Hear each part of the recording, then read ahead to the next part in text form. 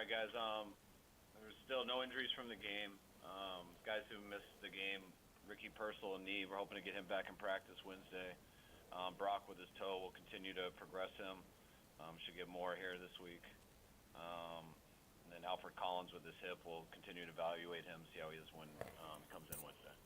Kyle, is there any possibility of opening up Brandon's practice window this week? No, not this week. Kyle, was there any chance that Alfred Collins was going to be able to go Sunday, or was that not even close?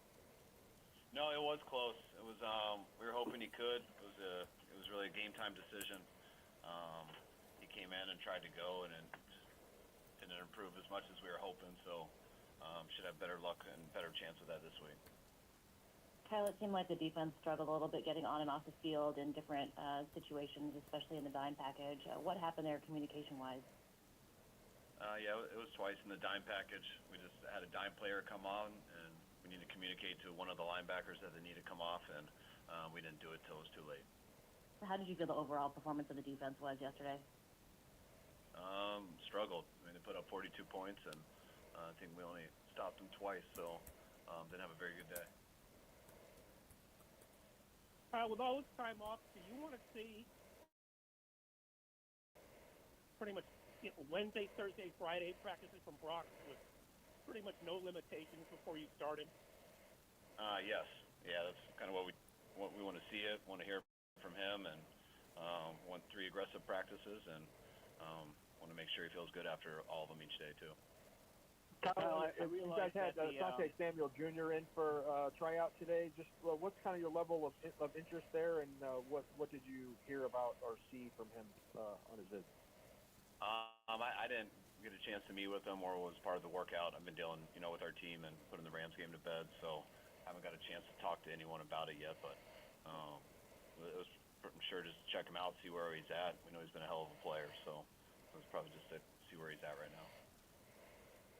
I realize that Nick Martin has been practicing at weak side linebacker and that he's behind D. Winters there. But has there been any discussion about giving him practice reps at strong side just to be able to get him on the field? Yeah, there's discussions about it, and when we think that's the best thing to do for our team, we'll do it, but we don't think that is. Kyle, it seemed like there was a lot of instances of blitzing, particularly from defensive backs who just simply couldn't get to Stafford, even though they weren't able to get around one-on-one blocks. Was that a persistent issue in the game? You thought that blitzes could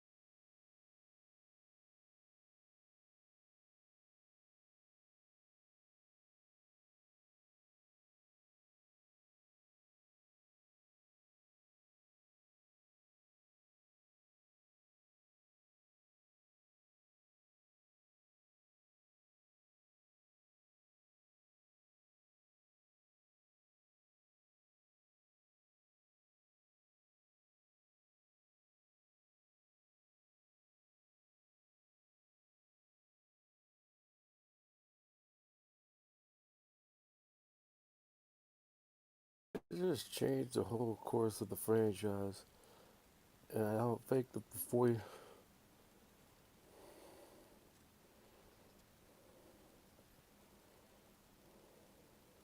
All right, guys. There's still no injuries from the game. And with a predominantly young team, is a loss like the Rams game where it was fairly one-sided against a division rival and kind of a test to see, whether you can play with the elite teams. Do they look at it that way, you think, or not, or is it just another loss, another game to come back from? I mean, I hope they don't look at it that way. I mean, that's what, we talk about in our team meeting and stuff. We break up and watch it as individual groups, but I thought even though, there's a lot of bad things about that game, and I look at the defense and, I thought the offense, they stopped them twice in the second quarter, and we only took advantage of one of them. Not to mention on two other drives that we have a 4th and 1 that we don't convert on the 11-yard line, and we have a fumble going into the red zone. And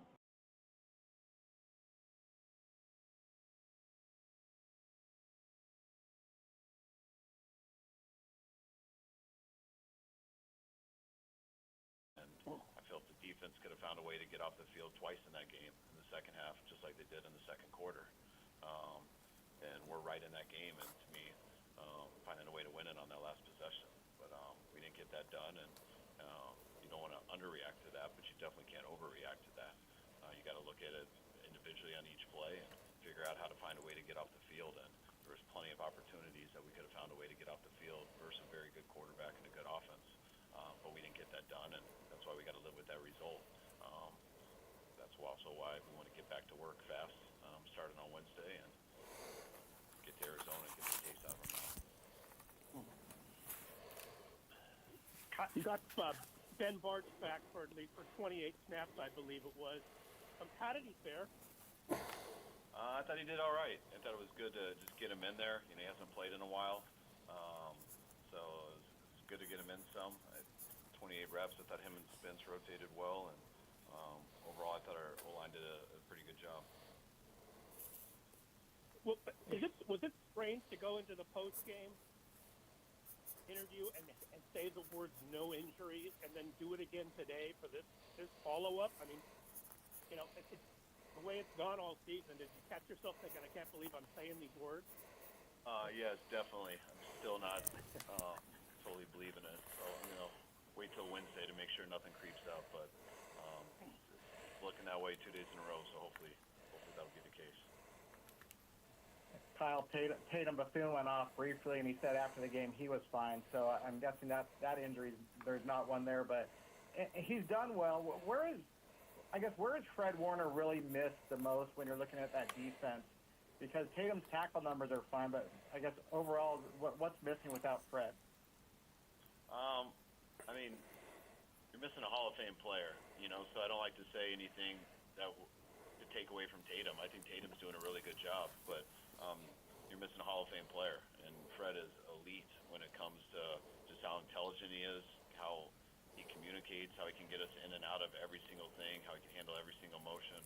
He's also elite in covering things from numbers to numbers.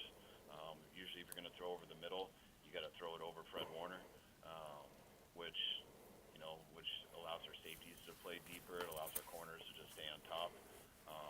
But when you're missing a Hall of Fame player like that, it unlocks a lot of things, which affects all three levels of the defense.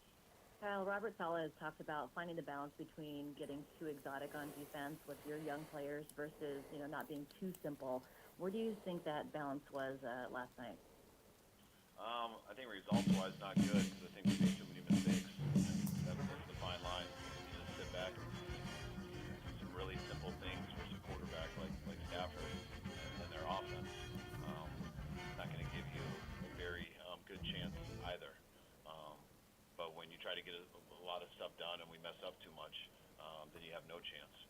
So we got to continue to work to find that balance, what we do in the week, and carry it over to Sunday. But definitely made too many mistakes there on Sunday. Without Fred and Nick, obviously two great players, but two huge leaders for the defensive group. When they went down 21-0, how much was it important for other guys to step up vocally, try to help that side of the ball regroup? I think vocally is one of the most overrated things in the world. It all depends on what you do physically after that. So sometimes, I think very rarely are words by someone going to change something. Sometimes it looks like someone's being a leader, and that's all good, but results are based off what you do out on the field, and that doesn't have to do with a motivational speech. Guys are extremely motivated. Guys are, their livelihood is their job. I think guys are doing all they can in that area. But like thinking that if someone's given some speech is going to change how a whole defense or a whole team plays, then that usually means you got the wrong guys. Kyle, it seemed like this week was the week that all the injuries caught up to you guys. Did you feel like that? Yeah, I think we know what our issue's been for a while now. I think a lot of those guys got banged up during the practice week, which I think made it tough. Especially losing Alfred before the game. Both of our linebackers being extremely limited throughout the week. I think that stuff does catch up. But when you play against a good team, a really good offense like that, and you are in the situation we're in, you better play at your best. And we didn't do that at all. We also didn't do that versus Houston, which wasn't quite the same offense as the Rams, but it was very similar results in terms of them going up and down the field. Now we held them to more field goals and touchdowns. But if you don't play at a high level when you are banged up and in the situation that we're in, I don't really care who you're playing. Those will most likely be the results. So we need to make sure that we play as good as we can each week. And when we do, I know this is a team that can win a lot of games regardless of who we play, whether it's a team that's looking to try to have a real high seed in the playoffs or whether it's a team that's not going to the playoffs. I don't see much different. I see every game very similar. Now we're capable of beating anyone in this league in the situation we're in. But if you don't play good, we're also capable of losing to any team in this league too. And that's what we got to make sure that we do a really good job over these next 7 weeks, that we play as good as we can. And if we do, I really like our chances. All right, guys. Thank you. All right, that was Kyle Shanahan. As you're looking live here at this beautiful satellite digital media news studio here in San Francisco. Welcome to 49ers Monday Night Live, the aftermath with your Professor B. Going a little bit late. We had some technical issues, so we apologize for the inconvenience. 49ers end up falling yesterday to the Rams. By a score of 42-26, and a lot of you just watching Monday Night Football. That game is concluded. The Philadelphia Eagles, the defending Super Bowl champions, over the Green Bay Packers in Green Bay, 10-7 on Monday Night Football, as the Eagles are now, with their victory, they now go to 5-2-1, I think, or 6-2-1, or 6-2. Green Bay was 6-3-1. If I try to get this correct, the win-loss record. So the 49.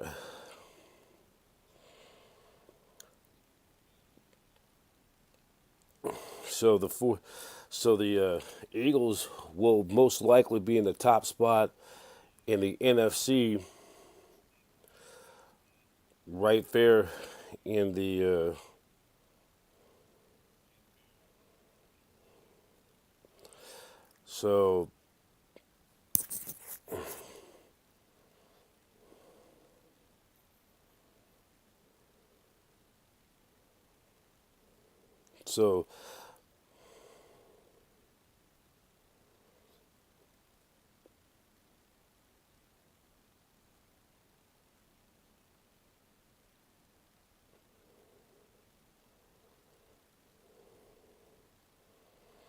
So the 49ers and the Eagles are now in the top spot in the NFC standings. And we take a look of a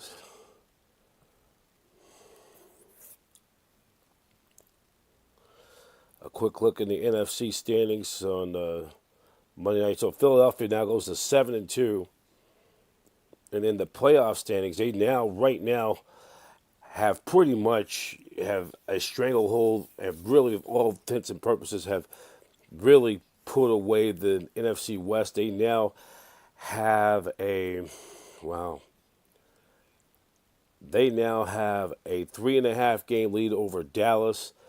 They also have a commanding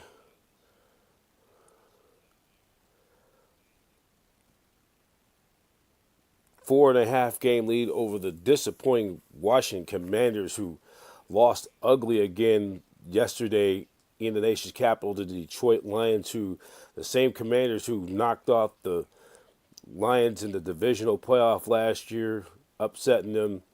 And we'll get into the news and notes in just a few moments. And the New York Giants, of course, fallen to 2-8. They have lost 4 in a row. And today, earlier in the day, they fired Brian Dable as their head coach. So we'll get into the news and notes in a few moments' time. And then you look at the playoff race in the NFC. Philadelphia is in the top spot.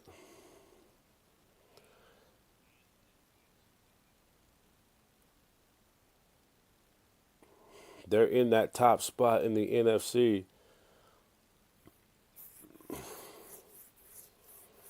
So we're going to take a timeout, and then we'll come back and we'll, in a few moments. I'm Brian Professor B. Davis. Thank you for staying up late. You're watching 49ers Monday Night Live, the aftermath with yours truly, Professor B, on Niners Radio 49. We'll be right back.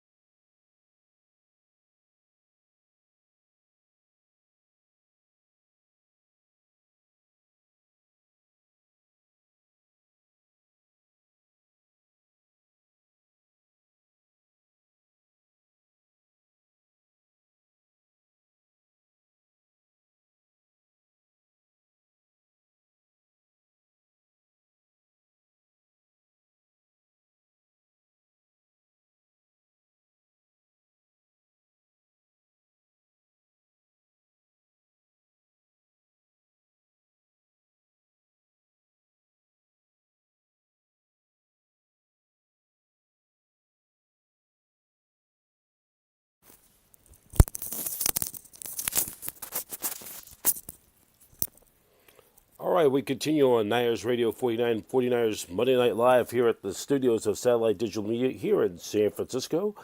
As we continue, 49ers falling to the Rams yesterday in the NFC by a score of 42-26. Also, the Seahawks were winners yesterday over the Arizona Cardinals. The Seahawks have now, I believe, beaten them 8 straight times.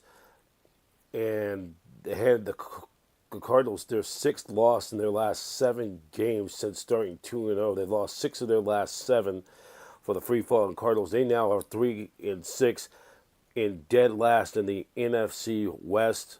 The same old Cardinals. Same old Cardinals. So they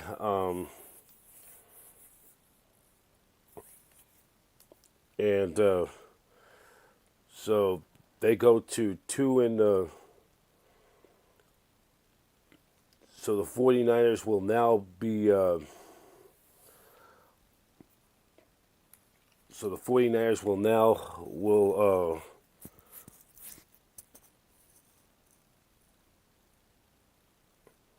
for the 49ers they will now.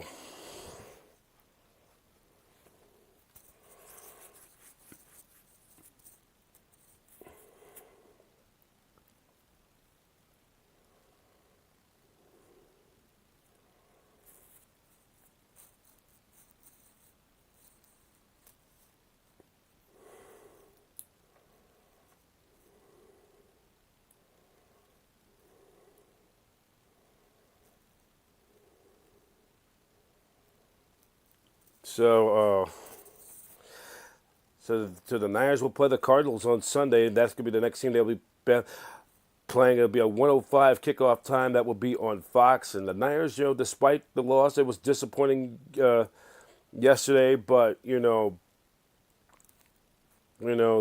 all the injuries, and Niners gonna get some people back. But the good news earlier today, the 49ers that Ricky Pearsall should be ready to go and practice on Wednesday, and that's some very great news that he'll be back on Wednesday, and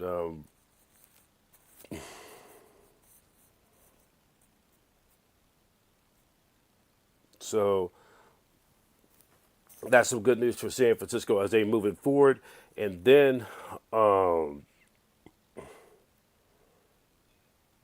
And they'll get, and then for the bad news is Brandon Ayuk his status is not yet not ready, cleared yet. He is still kind of uncertain if when he does come back. It could be maybe in December, because tearing your ACL is one thing, but when you tear in all three, the PCL and the MCL, that's going to take longer. So, but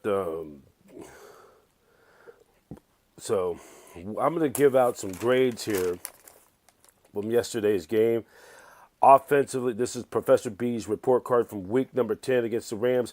Offensively, I'm going to give it a C+. Would have gave them about a B- if they hadn't turned over the ball 2 times, but I can't give them not even. I have to just give them a C+. They did a C+. Would have gave them a B- if they didn't turn over the ball 2 times or only one, but one of those 2 turnovers turned the Rams points, and that was a dip. And then defensively, they ended up getting a D. Special teams, C-. Overall, I'm going to give them a D+. So the grade point average for this week versus the Rams, 1.57. That is not good. The final stats of the game, Mac Jones, 33 out of 39, 319 yards, 3 touchdown passes, 115.7 QB rating. Brian Robinson, 8 carries for 41 yards and a touchdown, average 5 yards per carry. Christian McCaffrey carried the ball for only 12 times for only 30 yards rushing, averaging only 2.5 yards per carry. And George Stone Cold Kittle, 9 catches for 84 yards and a touchdown. So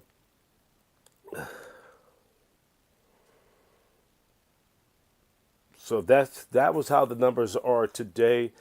The 49ers, those were the numbers for today and on Sunday. So that was how it went. Now let's take a look at some of the NFL news and notes from week number 10 or some scores. Last night on Sunday Night Football, the Chargers over the Steelers, 25-10. Then Green Bay the Eagles beat the Packers 10-7, the defending Super Bowl champs, and they could be the team to beat. And then it was the Jets over then it's then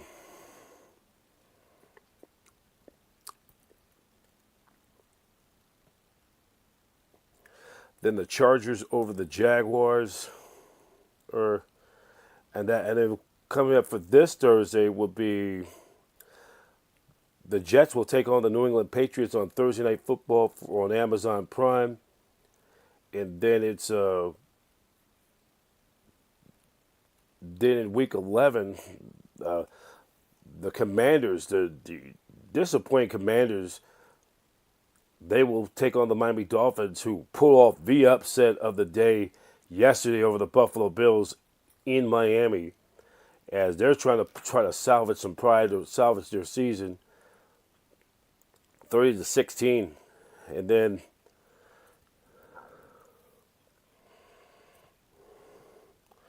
the Packers will go to the Meadowlands to take on the New York Giants. The Giants have really been struggling. And they just fired Brian Dable today. The Giants losing again. They're now 2-8.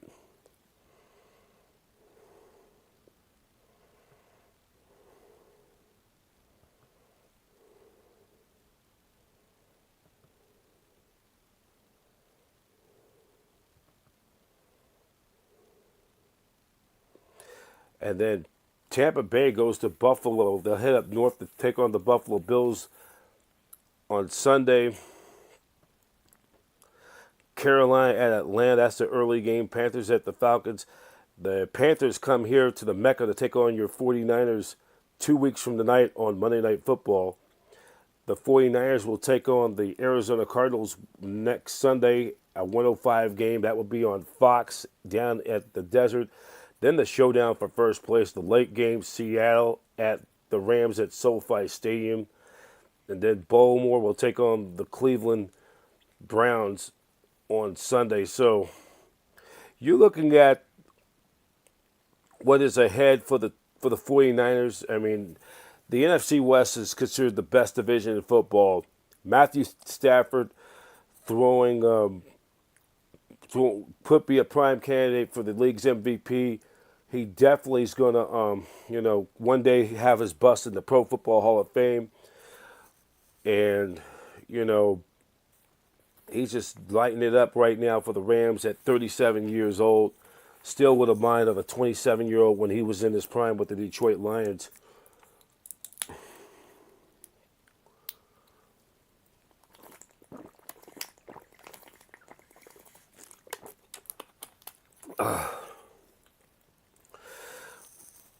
So there's some big ball games coming up for the Rams, and then I really think that the NFC West is not going to. This race is going to go down to the final Sunday.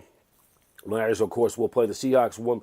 They play the Cardinals again for the division, and then they won't play the Seahawks until Week 18 on that Sunday, or Saturday, or that Sunday. That will have a lot of implications for the NFC West, and they could be playing for a primetime spot, though. So who knows? So for the NFC West, it's gonna. And like I said, I told a lot of people, and I still stick to my word. The NFC West is not. Nobody's not running away with the West. And I say the Niners will, despite their injuries, I still say they're going to be there to the end. But realistically, I think they'll fall just short of the division. It is what it is with all the injuries. You just got to play what you have. This is a development with these guys this year. When they get Bosa and Kittle back, Bosa and Warner back next year, look out.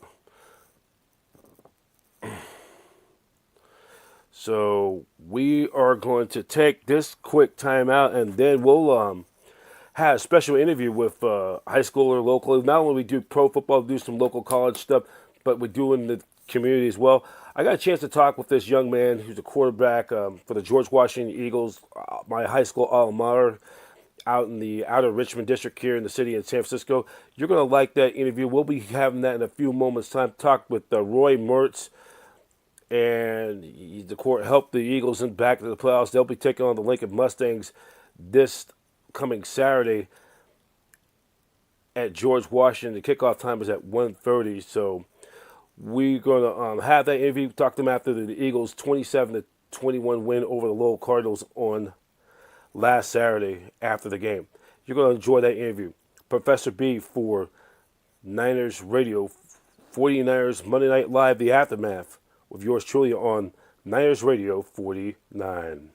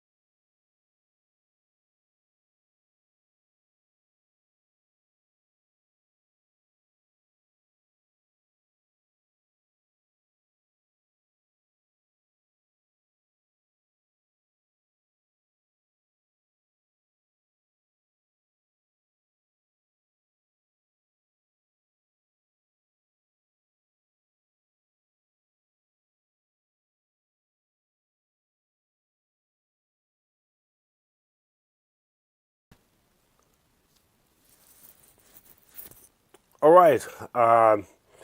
We'll continue now on Niners Radio 49, 49ers Live, Monday Night Live. We'll talk with now with the quarterback of the Washington Eagles and their win over the Lowell Cardinal last Sunday in the Battle of the, or last Saturday, I should say, in the Battle of the Birds.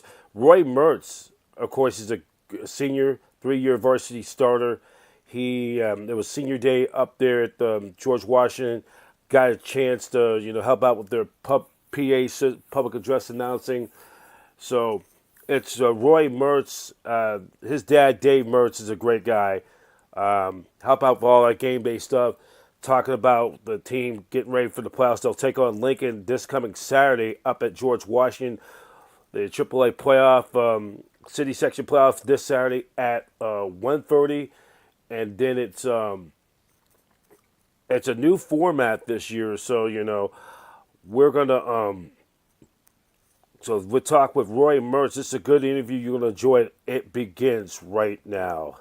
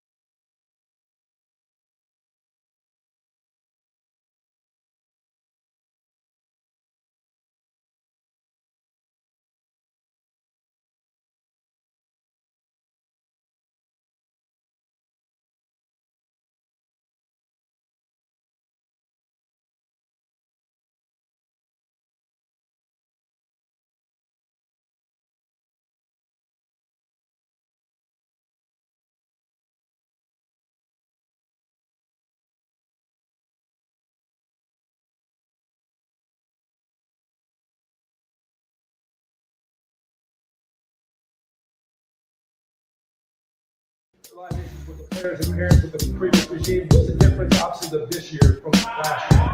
Discipline. A lot of discipline, a lot of consistency, week in and week out. It's, preparing, watching film, do what we can until we control. Next week, you'll have a home playoff game against Lincoln. Give it a try to do something like your big brother could not do. Try to end that hiatus. Get that W, one more win. Absolutely. Hey, no breaks, no breaks. No breaks. All right, that's Roy Mertz, the senior quarterback. Washington beats Lowell 27-21. They will hold a playoff game next Saturday against their rival Lincoln, 1:30. For all the Washington, be here, be sure. Here at George Washington High School, Professor B. for Niners 348 Satellite Digital Media Network. Niners 348 Satellite Digital Media. Roy Mertz, the quarterback, the senior.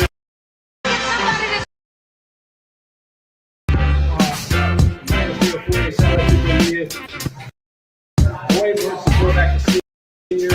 Washington finally get a win against Lowell. Came in there last year.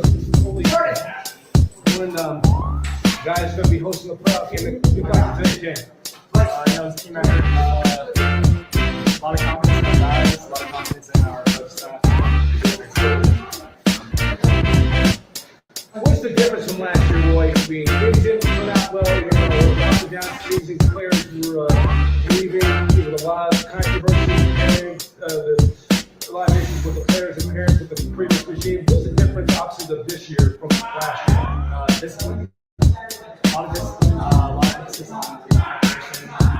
week in and week out. It's, preparing, watching film, do what we can until we control. Next week, you'll have a home playoff game against Lincoln. Give it a try to do something like your big brother could not do.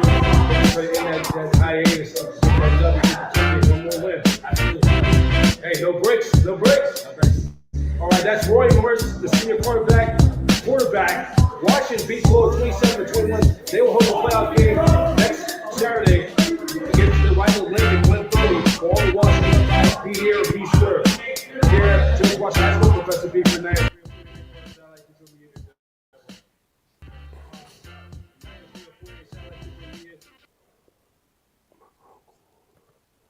All right, that's Roy Mertz.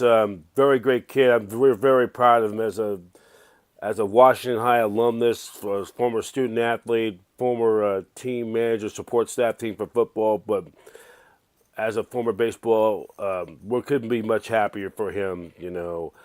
I just say that the new coaching staff, Javon Shannon and the crew, and with Jamal Gilliard and Jamikio Barlow and that staff, Cameron Wimberly and that group who 25 years ago won their third city section championship in 4 years. In fact, they went undefeated for the third time in the last 4 years.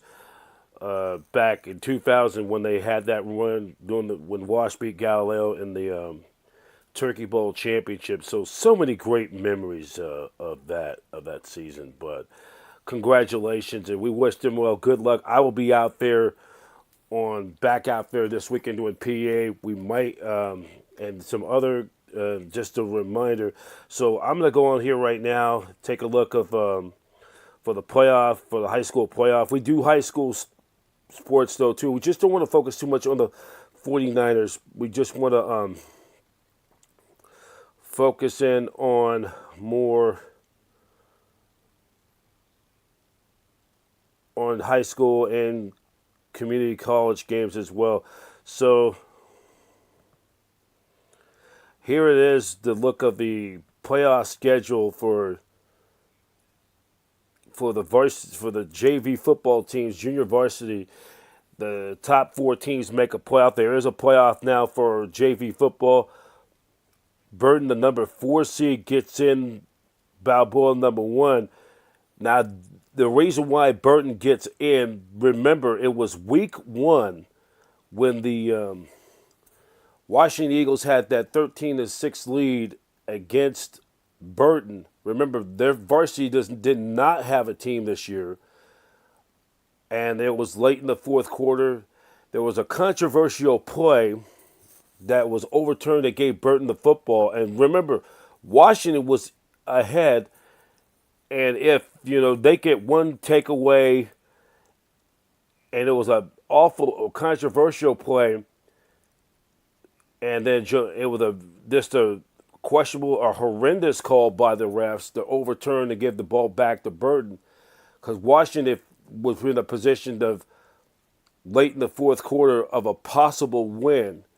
But then their new head coach, former quarterback, and their head coach, Jamal Gilliard, end up protesting the call. He gets an unsportsmanlike conduct penalty, 15 yards. Then they forfeit the game. He was ejected from the game by that official. The ref. It was very controversial. That took away a win in that game, that first game, that JV game that costed them a chance to win that game. And the controversy of that was because, as a result, if a coach gets or a player gets ejected for on-field, Washington was disqualified. That win turned into a possible win turned into a loss. Burton ended up winning that game by a forfeit. Gilliard ended up getting suspended for 1 game. And that was such a controversial ending of that. There was not a lot of happy parents, was not happy administrators, and of the way how they mishandled it. But I talked to some of the people behind the scenes, and to get their side of the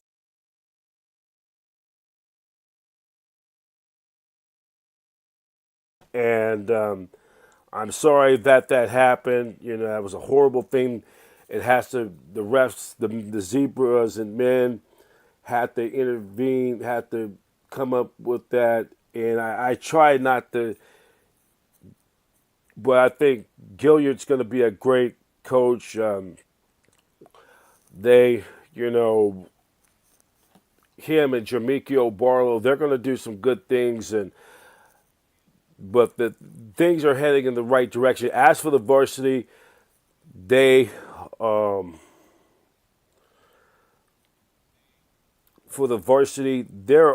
definitely up on that upward swing. Javon Shannon taking over for former coach Mike Gateman or Ramos, and we all know the controversy of what happened last year when there was their head coach, a lot of issues with the players and with the parents. It was nasty and ugly. I don't want to dialogue with it. And I've had some conversations with what a parent. I'm not going to mention his name, and there was some issues. A bunch of players quit during the season, and one of the parents, some of the people I read some of the comments of what happened. I will keep the names anonymous and the players' names anonymous just to keep that as a professional broadcaster. We want to keep that keep that confidential, but for the parties involved. But it was a good thing that they brought in Javon Shan. There's more accountability. Players are getting study hall, more film study, and I think that's the attitude has been changed. And Washington's in there. This is, by the way, only just their. This is just only their third winning season in as many years. They only have had prior to that. They've only had two winning seasons since 20. This is just only prior to 3 years ago, they only had just one winning season in the previous 14 years, and only 5 in the previous 21 since the Damon Keeves, Rick Stevens Eagles teams of the late 90s, early 2000s. That era came to an end after the 2004 season. But there was some stuff that went behind the scenes at the time when Damon Keeves was coaching there at varsity, and then with the longtime athletic director Miss Saunders, there was kind of a fallout. I don't know what happened, but things are different now. And then of course Coach Finley and Coach Stevens took over the team, and they had a couple of mediocre seasons, and then they brought in Coach Finley and they brought in Coach Roy. They turned it around after a 2-year hiatus. They were back in the playoffs. They went to Turkey Day 4 of the next 5 years. They lose twice to Lincoln, or 3 straight times they lost in postseason. 2 of the 3 years they played, Lincoln was in Turkey Day, and then they lost to them in the playoff. And then Wash was able to win Turkey Day over Balboa some 15 years ago to win Turkey Day.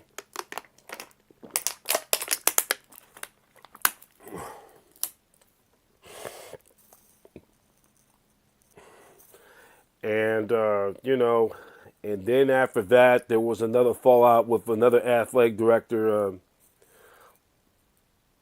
I'm trying to remember his name.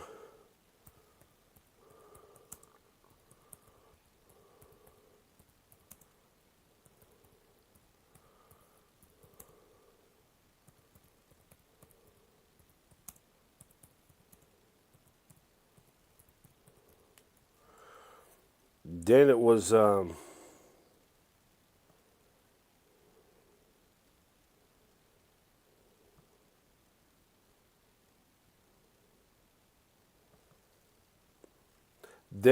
the former AD where there was a fallout.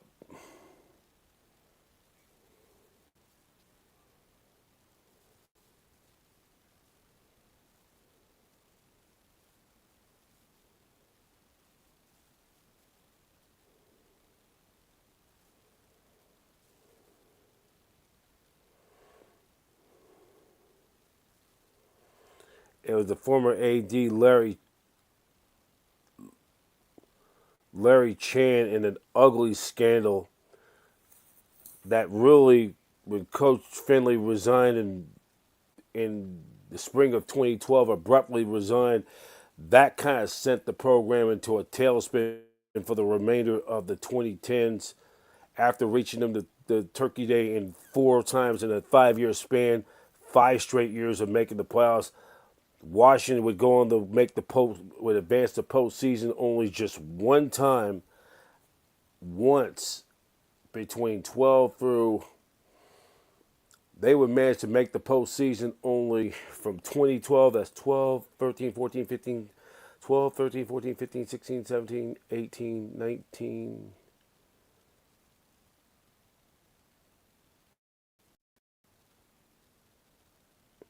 They would make the postseason only once out of the next 9 years. Remember, there wasn't no post.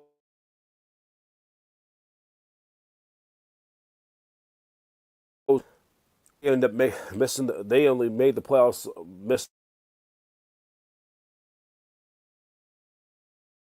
at least 9 of those next 10 seasons, and then they only have had just one winning season prior.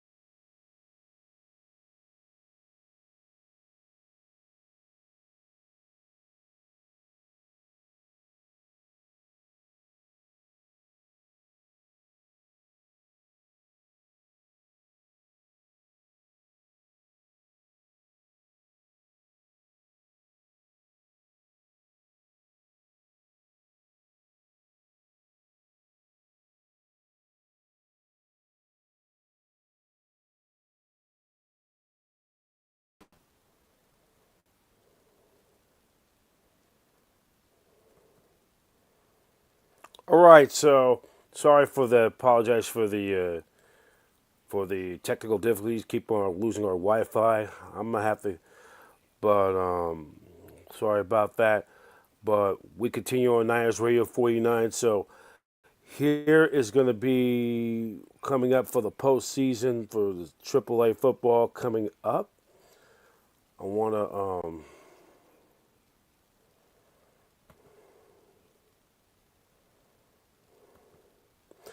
hopefully this week we'll try to get on Larry Kruger from the Krug Show. I'd like to come on as a guest to swing on by just to help promote my product. We are get to the AAA.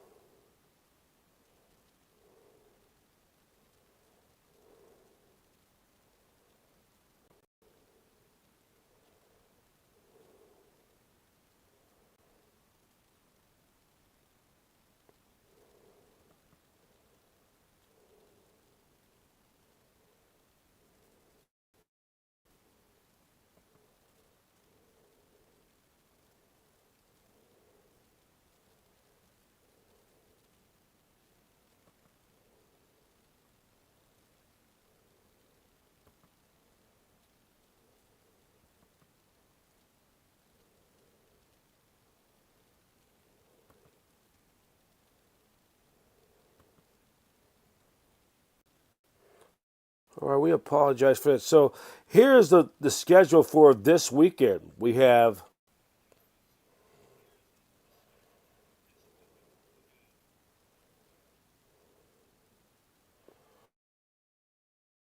just having a little tech. Here we go. Here we go. So this is the schedule going to be for this weekend. For the JVs, they'll start Saturday at 11 a.m. The playoff, it will be fourth seeded Burton taking on Balboa. That's the first. That will be the first game.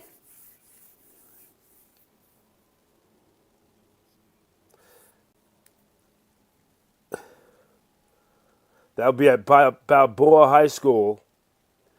The other semifinal game will be Galileo against Lincoln. That will be at Washington. Lincoln's going to host that playoff game because their field is not in great shape over there at Lincoln, which is a kind of a bummer. So Lincoln gets the is the George Washington High will be the popular choice, and then for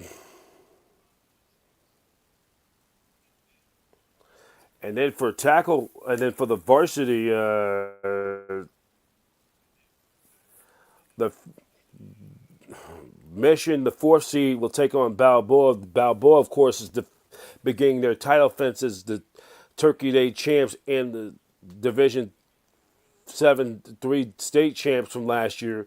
They'll play the game at Balboa across town, and then Lincoln will try to take on the Washington Eagles for the second game of that double dip. And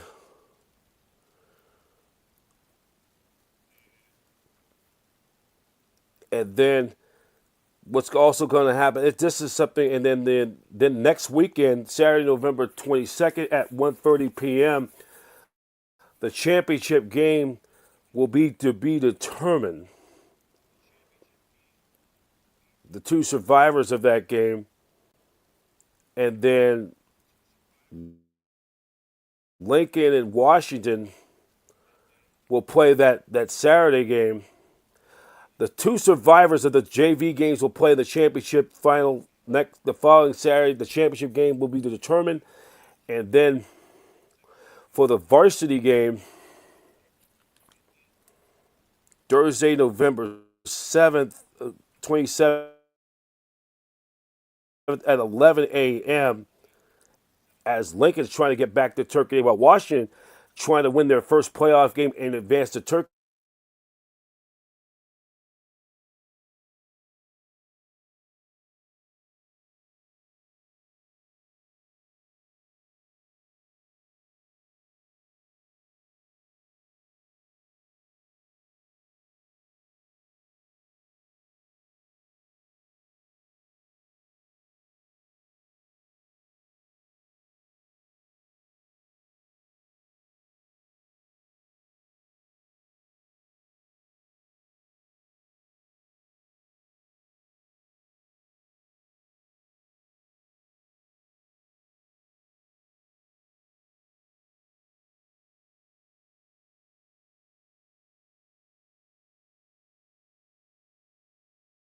In a postseason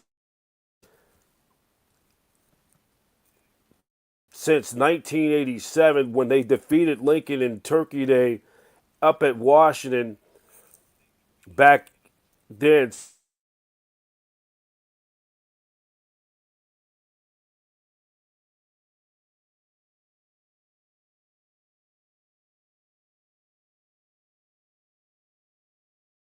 In this long time rivalry with, but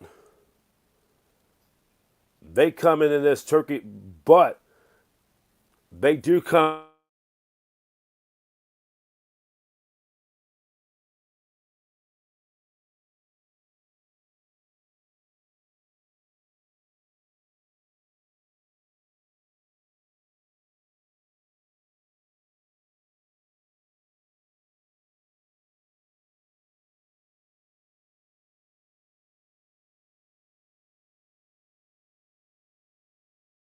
trying to end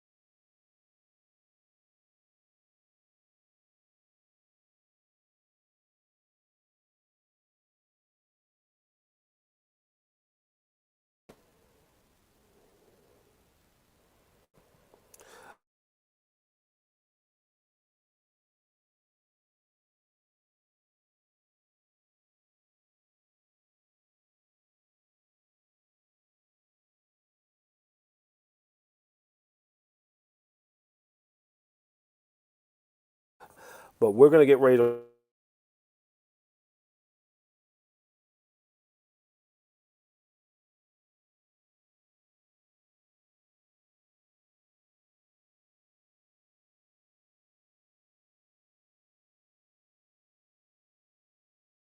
play the role of spoiler.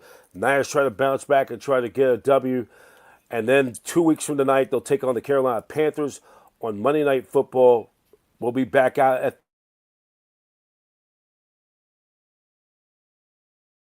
the hotel, the Hyatt Regency Hotel in Santa Clara for 49ers Live post-game show after the game. And then, of course, 2 weeks from tomorrow, we'll have a special edition of 49ers Live Monday night, a special Monday night, the aftermath, special edition of Monday night. It will be Monday Night Live or Monday Night Live, the Tuesday special Tuesday edition of the aftermath. We'll recap Monday Night Football, and then the Niners will have that short week. In 3 weeks, they'll take on the Cleveland Browns up in Cleveland, and and the Niners have not beaten the Browns up there in Northern Ohio since 1984. So that could be another win. A lot of uncertainty whether Kevin Stefanski, who was named the NFL Coach of the Year a couple of years ago, whether he'll still be there as head coach. Time will tell at the end of the season. So we are going to wrap it up for now. I'd like to thank all of you for watching 49ers Live tonight, Monday Night Live, the aftermath. And like I said, I think this NFC West race won't be decided. Nobody's not going to run away with this division. I think it's going to go down to the final, to Week 18, the final Sunday, and the Niners are going to be there to the end. And don't count on out, despite their challenges with the injuries and et cetera, et cetera. So that's it for now. Professor B signing off, and so long. Thank you for watching 49ers Monday Night Live, the aftermath on Niners Radio 49. 49ers Monday Night Live, the aftermath is exclusive presentation of Niners Radio 49 in conjunction and association with the Satellite Digital Media News Network, where every team is a fan. Every fan is a voice to Network Home of Champions. Wish all of you a very pleasant good evening and good night, everybody.